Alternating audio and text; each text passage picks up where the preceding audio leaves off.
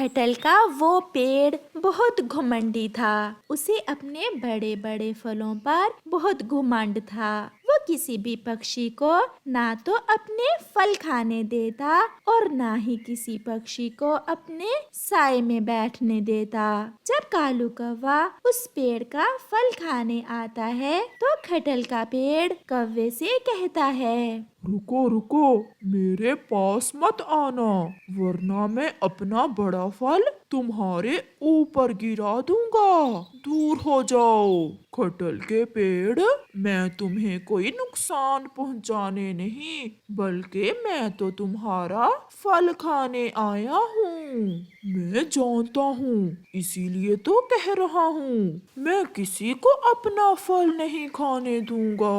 اتنا گھمنڈ ٹھیک نہیں۔ آپ کے یہ پھل اگر ہم پکشی نہیں کھائیں گے تو تمہارے پھل کس کام آئیں گے؟ تم یہاں سے جا سکتے ہو، میرا سونے کا سمے ہو گیا ہے۔ پھر کالو کوا وہاں سے چلا جاتا ہے۔ سب پکشی کھٹل کے اس گھمنڈی پیڑ سے بہت پریشان تھے۔ میں نے کل کھٹل کے پیڑ سے پھل کھانے کی کوشش کی تو اس ظالم پیڑ نے اپنا ایک پھل زور سے میری چونچ پر دے مارا۔ وہ بہت برا پیڑ ہے۔ کبوتر، میں بھی گیا تھا اس پیڑ کے پھل کھانے مگر مجھے تو اس نے دور سے ہی بھگا دیا۔ وہ پیڑ بہت گھمنڈی ہے۔ ایسے ہی کچھ دن گزر جاتے ہیں اور پھر ایک دن بوڑھی فاختہ اڑتے اڑتے تھک گئی تھی۔ وہ تھوڑا آرام کرنے کے لیے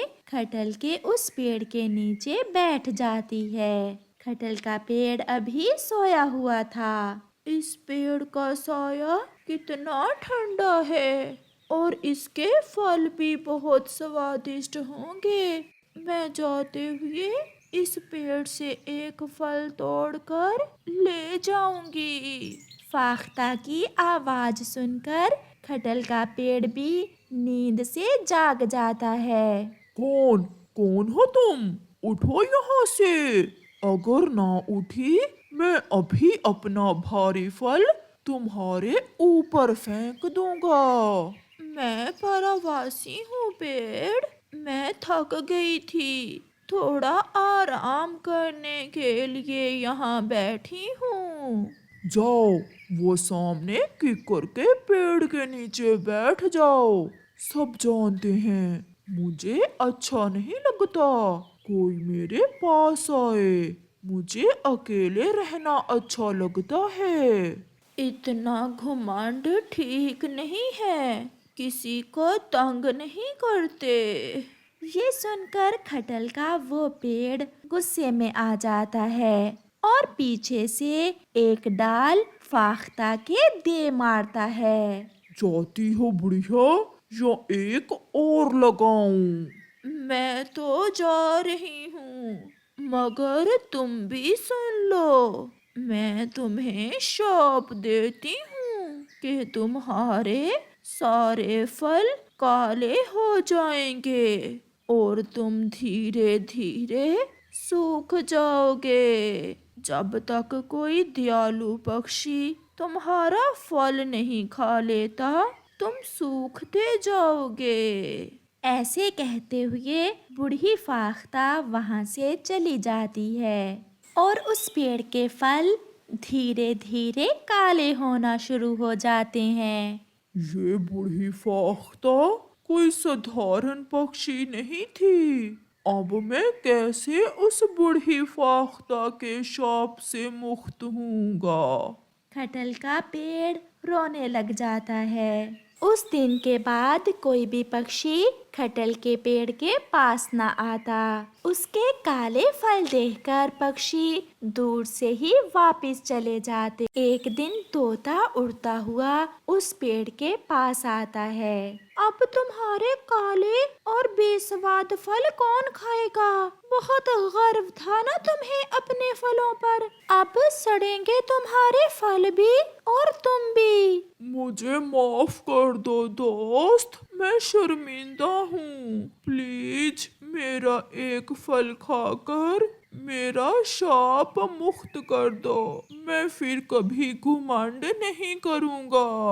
मगर तोता उसकी कोई बात सुने बिना वहां से चला जाता है। चिड़िया अभी उस जंगल में नई आई थी। वो भोजन की खोज में उड़ते उड़ते खटल के उस पेड़ के पास आ जाती है। नहीं, ये फल तो बहुत काले हैं, मुझे भोजन के लिए कहीं और जाना होगा। चिड़िया, मुझे बचा लो, मैं बहुत शर्मिंदा हूँ, मैं सबसे शर्मिंदा हूँ। आपको क्या हुआ है? फिर वो फल अपनी सारी कहानी चिड़िया को बताता है। अगर तुम्हें सच में अपनी गलती पर पछतावा है तो आपको एक मौका देना चाहिए। मैं बाकी के पक्षियों को समझाती हूँ।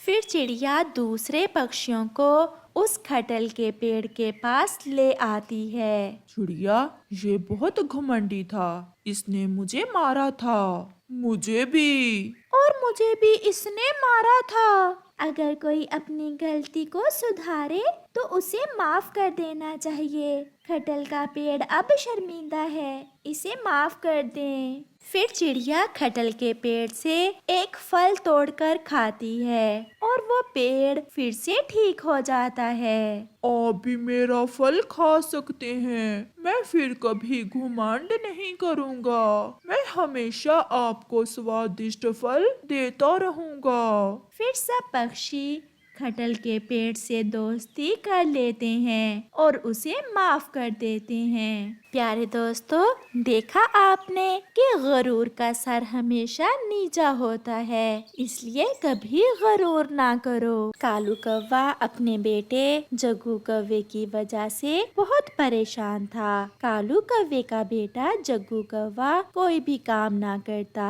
वो हर समय उल्लुओं के साथ बैठकर बीड़ी पीता, आवारा घूमता, सोया रहता और जब शाम होती तो अपने घर आ जाता।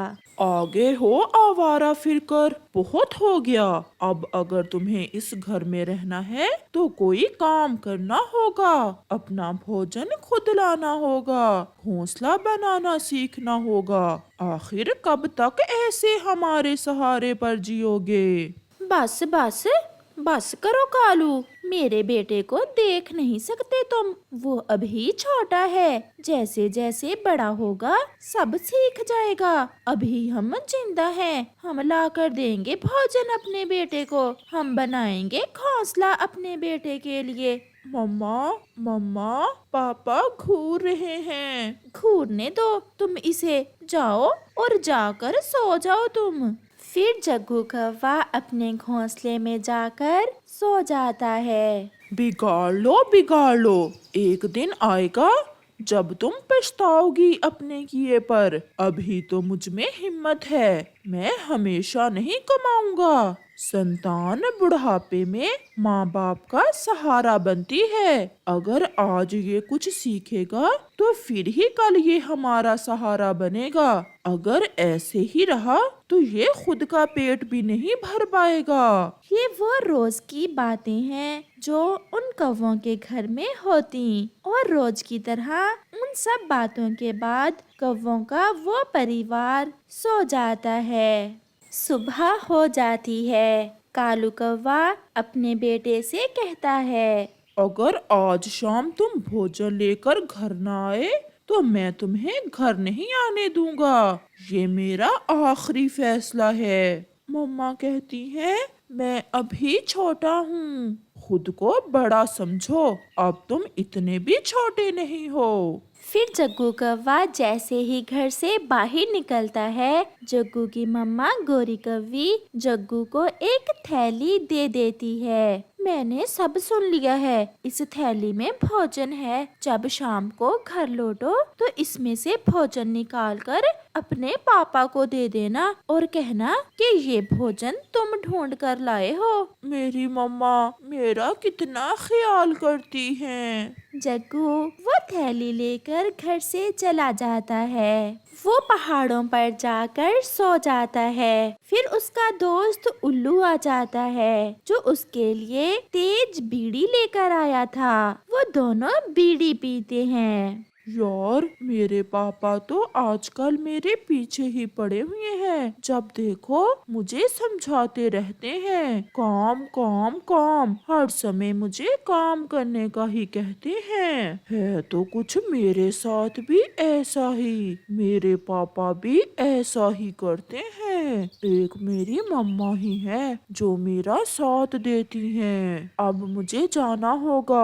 फिर जग्गू उस थैली में से दाने निकाल कर अपनी चोंच में लेता है और घर की तरफ चल देता है। ये ले पापा, मैं ले आया भोजन। ये भोजन तुमने कहाँ से ढूंढा है? मैंने ये भोजन पहाड़ों से ढूंढा है मैंने ये भोजन। कालू कौवा अच्छी तरह जानता था कि इन दिनों जंगल में चावल नहीं होते।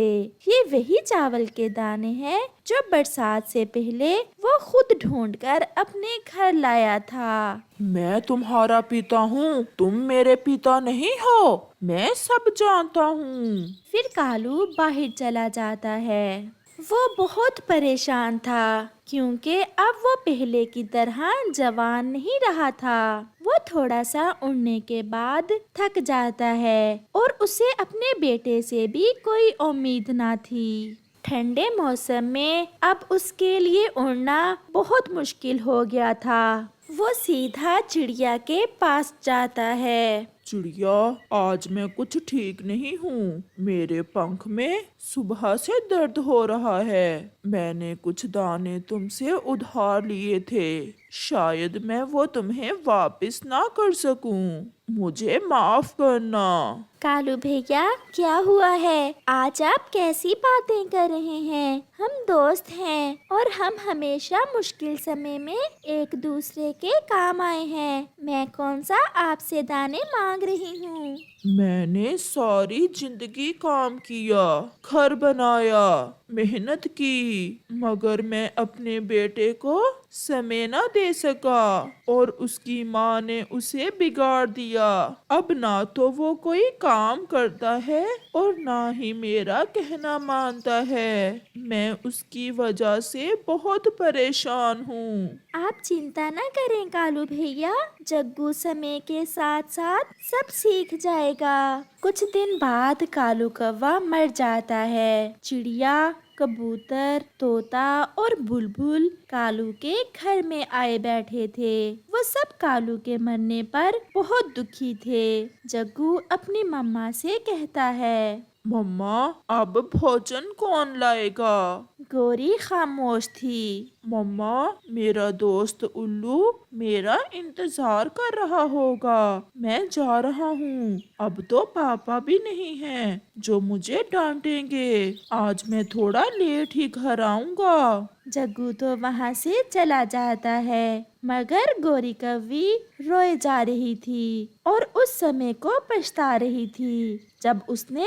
अपने पति की बात ना मानी और अपने बेटे को बिगाड़ती रही। मगर अब रोने और पछताने से कुछ ना होने वाला था। प्यारे दोस्तों, संतान की अच्छी तरबियत माँ और बाप दोनों की जिम्मेदारी होती है। अगर बाप बाहर से कमा कर लाता है तो माँ को भी चाहिए कि अपनी संतान पर नजर रखे, उसे अच्छे और बुरे में फर्क बताए ताकि कल वो अच्छे और सच्चे पक्षी बन सकें।